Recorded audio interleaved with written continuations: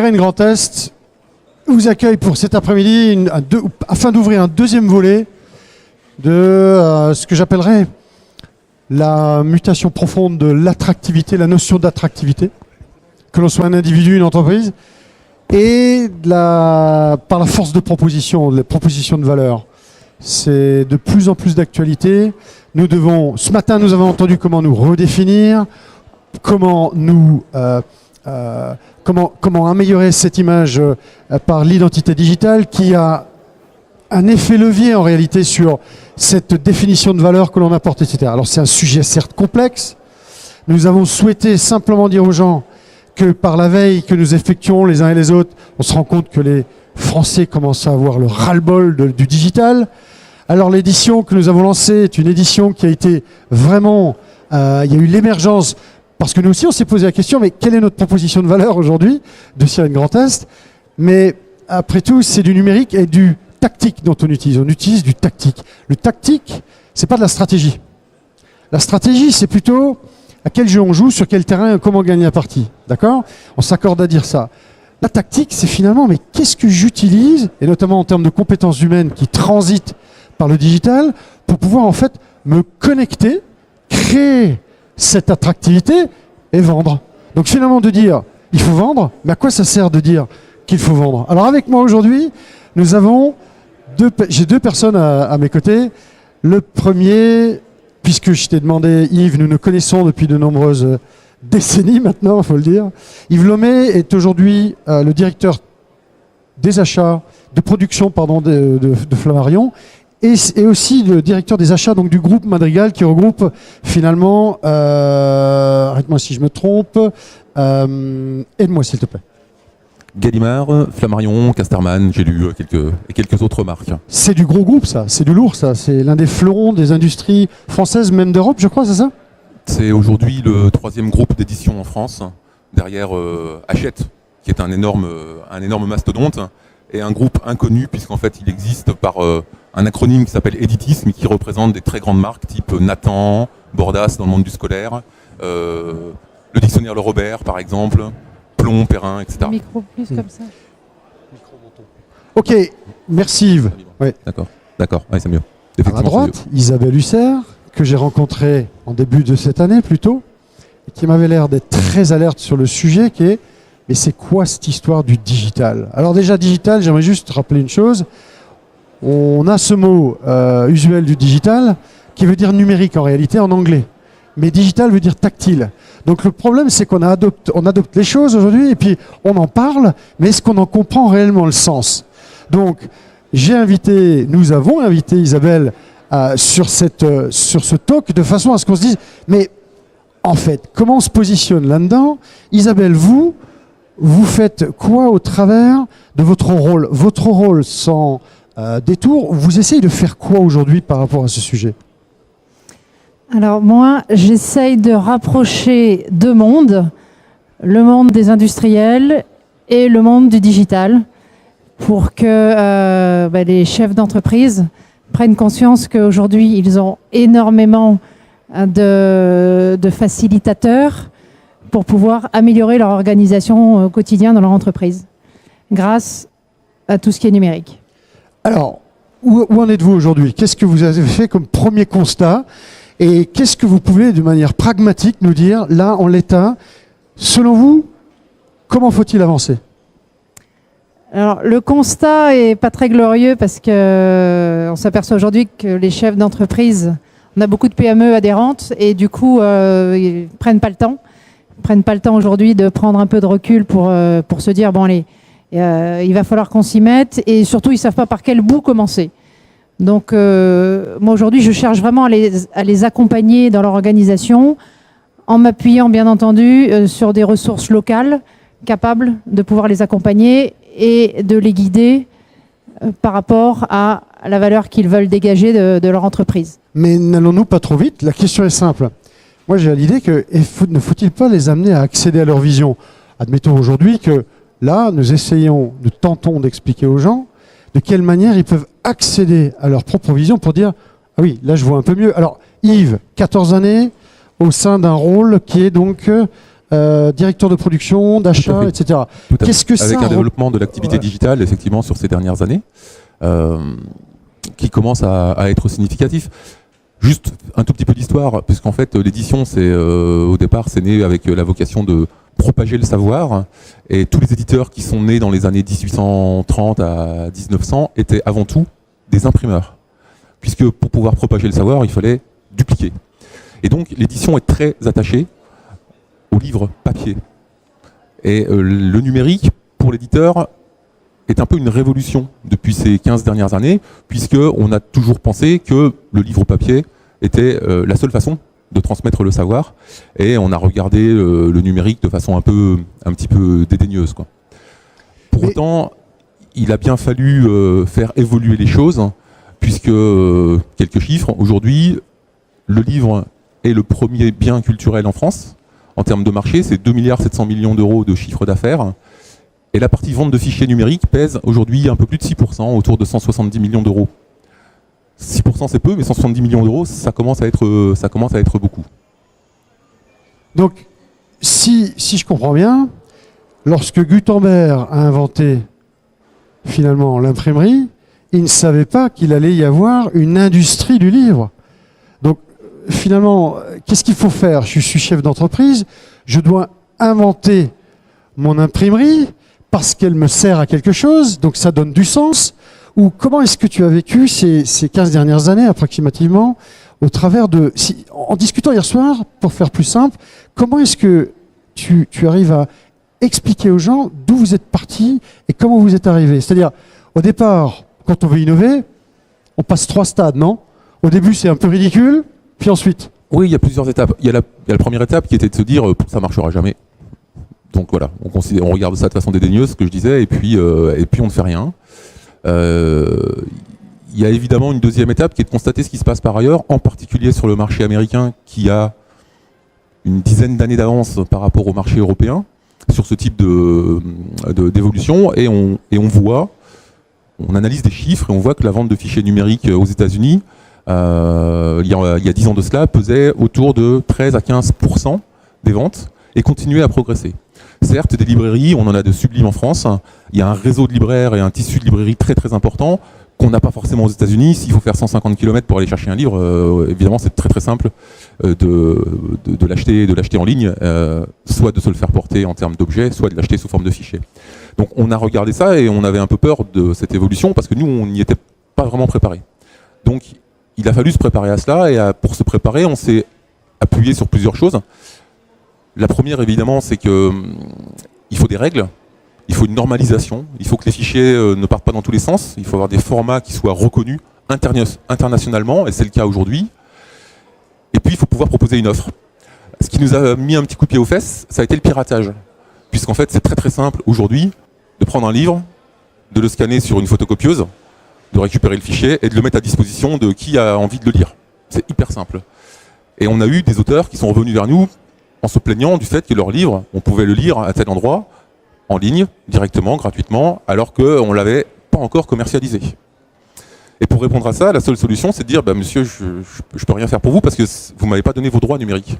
Donc moi, je ne suis pas le représentant de votre fichier numérique, je suis le représentant du livre-objet. Si quelqu'un l'imprimait à notre place, effectivement, on pourrait agir, mais sur le fichier, je ne peux rien faire.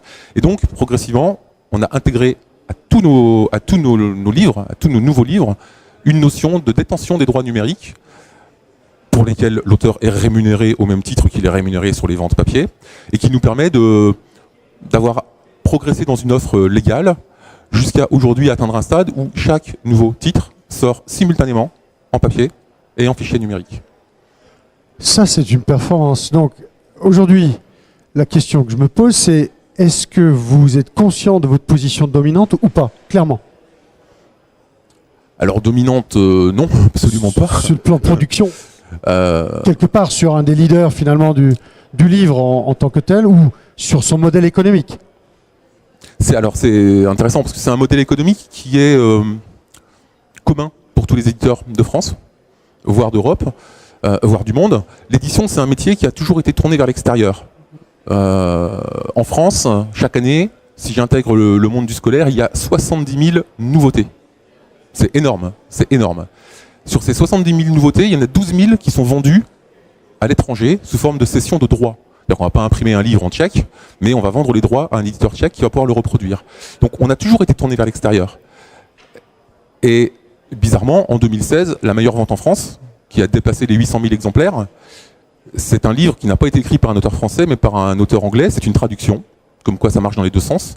C'est un petit sorcier qui a une petite cicatrice là, qui a fait 800 000 exemplaires l'année dernière. Et on espère tous cette année que ce sera plutôt un petit Gaulois à moustache, puisque Astérix est sorti très récemment, on le voit partout. Il a été tiré à 5 millions d'exemplaires, dont 3 millions sur la France. Isabelle, est-ce que quelque chose vous inspire déjà sur le modèle qu'on est en train de parcourir, et de manière pragmatique, comment on pourrait comparer? Est-ce que vous avez des idées en tête, sans évoquer de nom, mais est-ce que vous avez un visu clair sur comment une édition... Depuis combien de temps existe Flammarion? Créé en 1870 voilà. Par Ernest Flammarion, qui s'était associé avec Charles Marpon, ouais, imprimeur à Paris. On peut trouver des livres encore chez des bouquinistes sur les quais de Seine où on voit imprimerie Marpon. Et si vous lisez un livre et que vous allez jusqu'aux pages qui sont les moins intéressantes après le mot fin, vous regardez les achevés d'imprimés. Il y a un achevé d'imprimé particulier qui est CPI Firmin Didot. Firmin Didot, c'est une imprimerie qui a été créée par Napoléon Ier, qui a été installée en Normandie, loin de Paris, pour des raisons stratégiques, qui existe encore aujourd'hui, qui continue à imprimer des livres. Et c'est là où ont démarré leur carrière les frères Plon, des éditions Plon, où le frère aîné était Prote. Alors Prote, ça veut dire chef d'atelier en vieux langage imprimeur. Pour dire que vraiment, ce sont deux métiers qui ont été toujours intimement liés. Au fil des années, les éditeurs ne sont devenus plus que des éditeurs. Il n'y a plus un éditeur en France qui est lui-même imprimeur. Alors il y a industrie et industrie. Alors est-ce que ça vous parle ou pas? Est-ce qu'il y a une singularité dans le tissu économique régional? Y a-t-il pas un moyen de faire passer le message que finalement le plus dur c'est pas de le devenir mais de le rester? Aujourd'hui, qu'est-ce qu'il faudrait mettre en avant comme argument sérieux en comparaison sur un exemple franchement brillant qui ne sait pas, parce que c'est un livre déjà pour commencer, Flammarion, par ailleurs les éditions Flammarion, tout le monde connaît. Donc finalement, comment est-ce que je m'identifie par rapport à un modèle comme ça? Me dire, mais comment est-ce que moi aussi je peux avoir mon leadership sans être forcément un Flammarion qui aujourd'hui est quand même assez brillant? Quand j'entends des exemples, Flammarion ou d'autres entreprises qui ont réussi à se réorganiser et à repenser leur stratégie, en partie grâce au digital, mon objectif, c'est de rechercher effectivement à partager cette information et à montrer quand quelque chose se passe bien dans une entreprise, c'est de partager l'information pour donner envie aux autres entreprises de commencer à réfléchir eux aussi sur leur future stratégie. Et on est encore une fois là dans ce que j'appelle l'intelligence collective, où il faut absolument que ce qui se fait bien dans une industrie, dans une activité quelle qu'elle soit, elle puisse être applicable et partagée par d'autres, justement pour qu'il y ait cette émulation entre tous, pour que les autres démarrent aussi et s'y mettent. Bien vu. Donc je rajouterais quelque chose, c'est qu'en fait, là on a décrit un peu le modèle, mais on n'a pas parlé de la finalité, qui est le lecteur. Parce qu'au bout, il y a quand même un lecteur. Donc proposer des fichiers, c'est bien, mais à qui on les propose? Et en fait, au fil du temps, on s'aperçoit que les lecteurs ont des demandes particulières. Ils se sont équipés en tablettes, en liseuses, que ce soit chez, je ne citerai pas de nom, mais un iPad, par exemple, sans citer de nom, ou un Kindle, pour ne pas citer de nom non plus, de marque en tout cas. Et on a pu analyser le comportement de ces lecteurs-là. Et le comportement est très étonnant. Il y a des communautés de lecteurs dans le monde de la science-fiction, par exemple, où on a affaire à des geeks, où là, le taux de conversion de la vente de fichiers pèse aujourd'hui autour de 15 à 20%. C'est-à-dire que pour un fichier acheté correspond à 5 livres papier. C'est un taux énorme.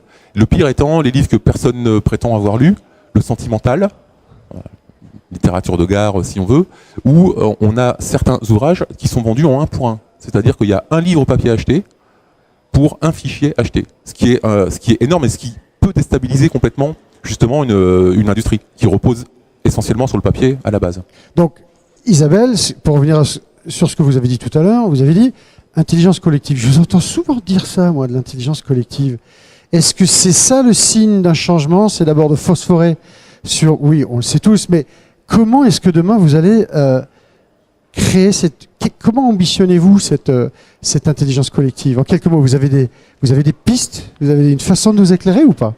Je vais partager, contacter et partager le plus d'informations possible, utiles bien sûr aux chefs d'entreprise, et leur prouver qu'on peut les aider à avancer dans leur stratégie de par ce qui s'est fait déjà et qui a marché, en fait.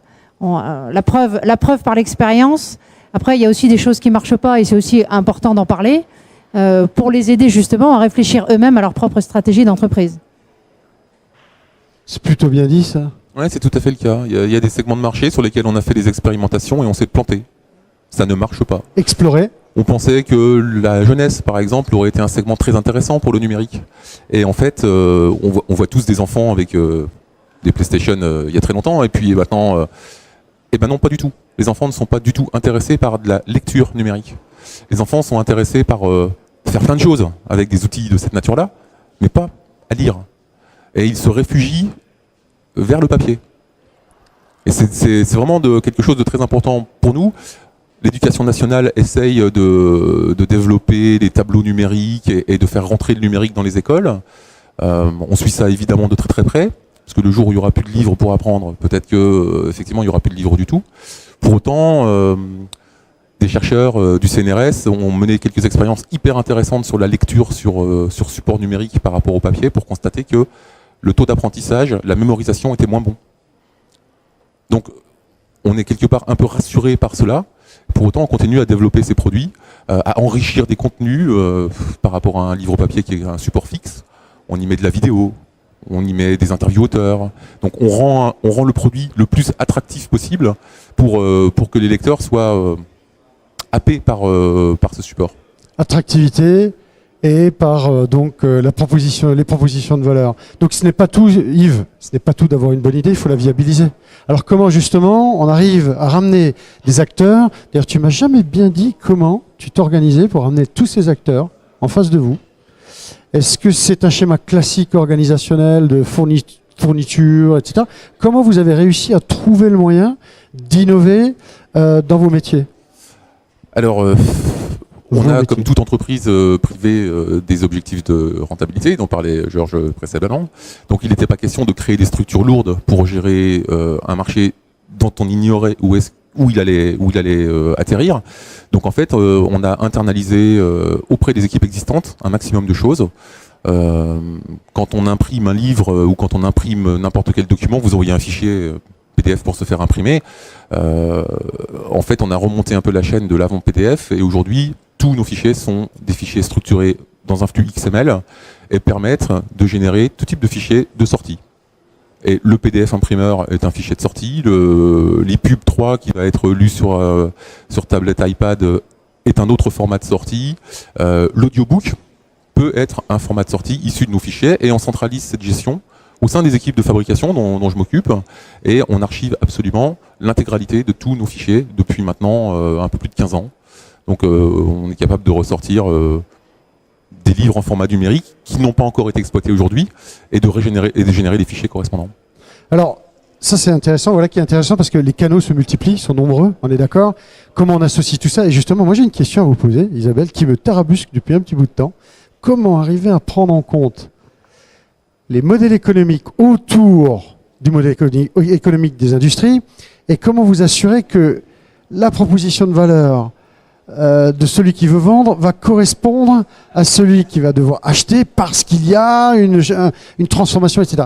Est-ce qu'on réfléchit assez à ça? Est-ce qu'on arrive à confronter les personnes sur le principe même de la viabilité des modèles économiques? Est-ce qu'on s'assure de la pérennité de quelque chose qui va être intégré? Comment on s'en sort dans la réflexion? Est-ce que vous en parlez avec des patrons ou avec des managers? Alors on en parle et tout revient à ce qu'on s'est dit tout à l'heure, c'est effectivement la meilleure connaissance du client. Qu'est-ce que le client attend et est-ce qu'on est capable de répondre à sa demande, si spécifique soit-elle? Et du coup, c'est effectivement cette réflexion qui dit que à partir du moment où Alors, on connaît ce que veut le client. Derrière, on doit adapter notre offre et donc transformer l'organisation de l'entreprise ou la stratégie pour répondre à la satisfaction de clients, même si elle doit être spécifique sur plusieurs domaines et non pas faire une généralité dans l'offre globale des produits. Donc finalement, on parle bien de « mais que veulent-ils » Aujourd'hui, on regarde ce qui traîne sur Google, on arrive à comparer en réalité, mais quelle est la vraie requête ou par la data de ce que les gens souhaitent, ce qu'ils veulent, ce qu'ils recherchent.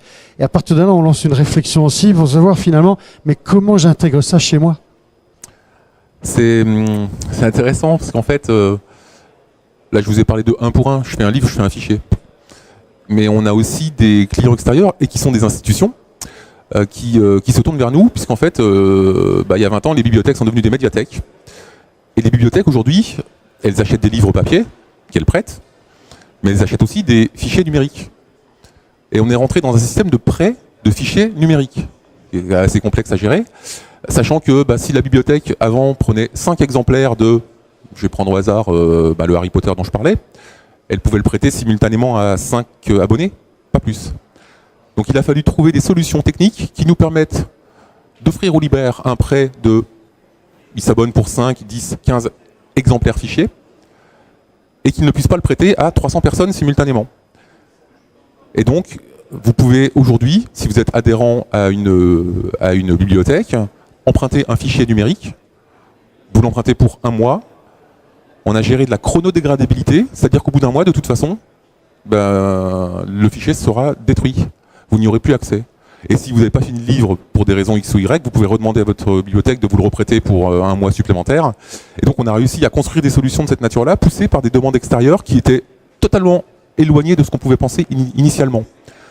Et on en est même maintenant rendu à créer des bouquets.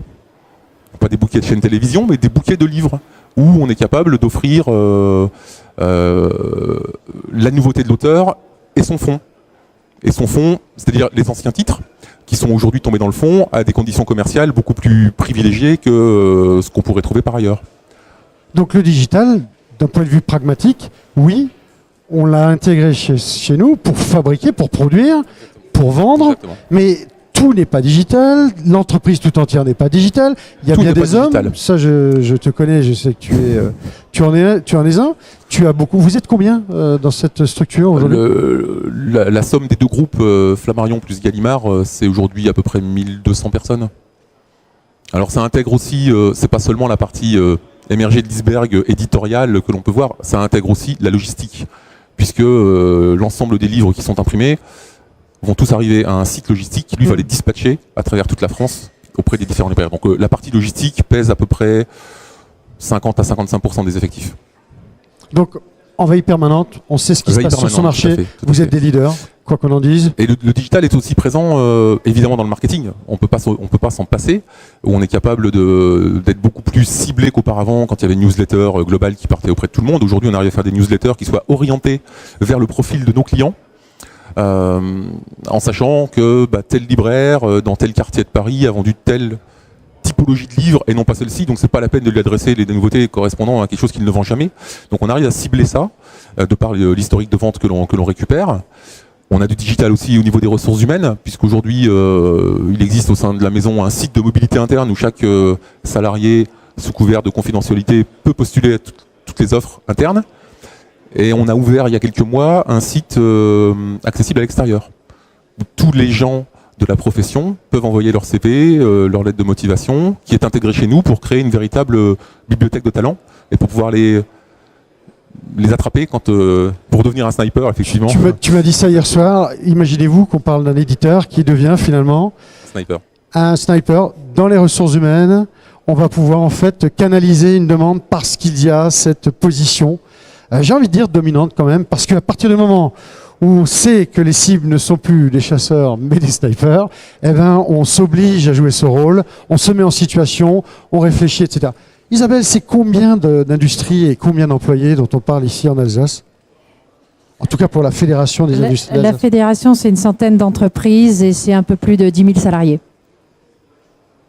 Ça en fait du monde. Et donc, comment on arrive à découper en petits bouts tout ça?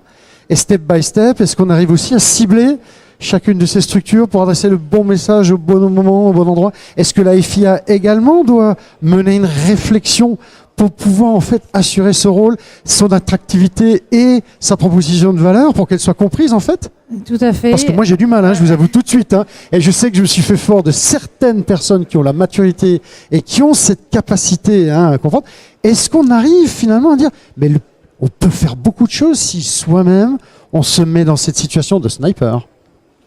Effectivement, c'est la première réflexion qu'on se fait, c'est-à-dire qu'il faut nous-mêmes nous mettre à niveau, notamment avec toutes les technologies capables de nous aider pour bien communiquer, pour bien délivrer les bonnes informations à nos adhérents. Donc on veut d'abord se mettre nous à niveau et pour après pouvoir partager ce qu'on a appris et aider les entreprises à elles-mêmes se mettre au bon niveau.